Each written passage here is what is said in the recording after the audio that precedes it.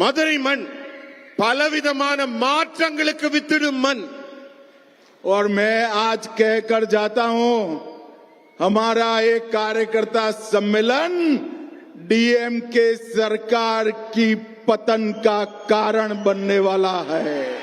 இன்றைக்கு இந்த மீட்டிங்ல உங்க எல்லார் முன்னாடியிலும் அத்தனை தொண்டர்கள் மத்தியிலும் சொல்லுகிறேன், இந்த கூட்டமும் ஒரு மாற்றத்தை உருவாக்கும், திமுக ஆட்சியை முடிவுக்கு கொண்டு வந்து வீட்டிற்கு அனுப்பும். 2026 में इस तमिलनाडु में फिर से एक बार एनडीए की सरकार बनने जा रही है. भारतीय जनता पार्टी एआईडीएमके की सरकार बनने जा रही है. உங்ககிட்ட எல்லாம் சொல்றேன், வரக்கூடிய 2026 ஆண்டு தேர்தலில் என்டிஏ கூட்டணி மிகப்பெரிய வெற்றியை பெற்று பாரதிய ஜனதா கட்சி அதிமுகவின் கூட்டணி ஆட்சி அமைக்கும். मैं रहता तो दिल्ली में हूं, मगर मेरे कान तमिलनाडु पर लगे हुए रहते हैं.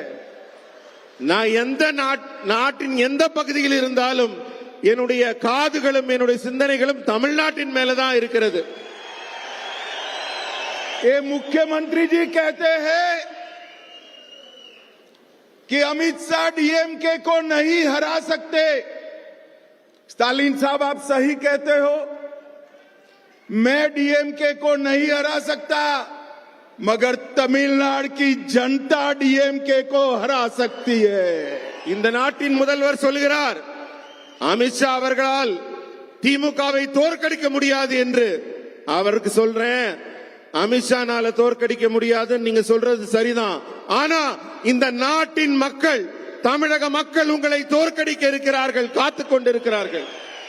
और मित्रों, मेरी बात याद रखना, मैं देश भर के चुनाव में हिस्सा लिया है.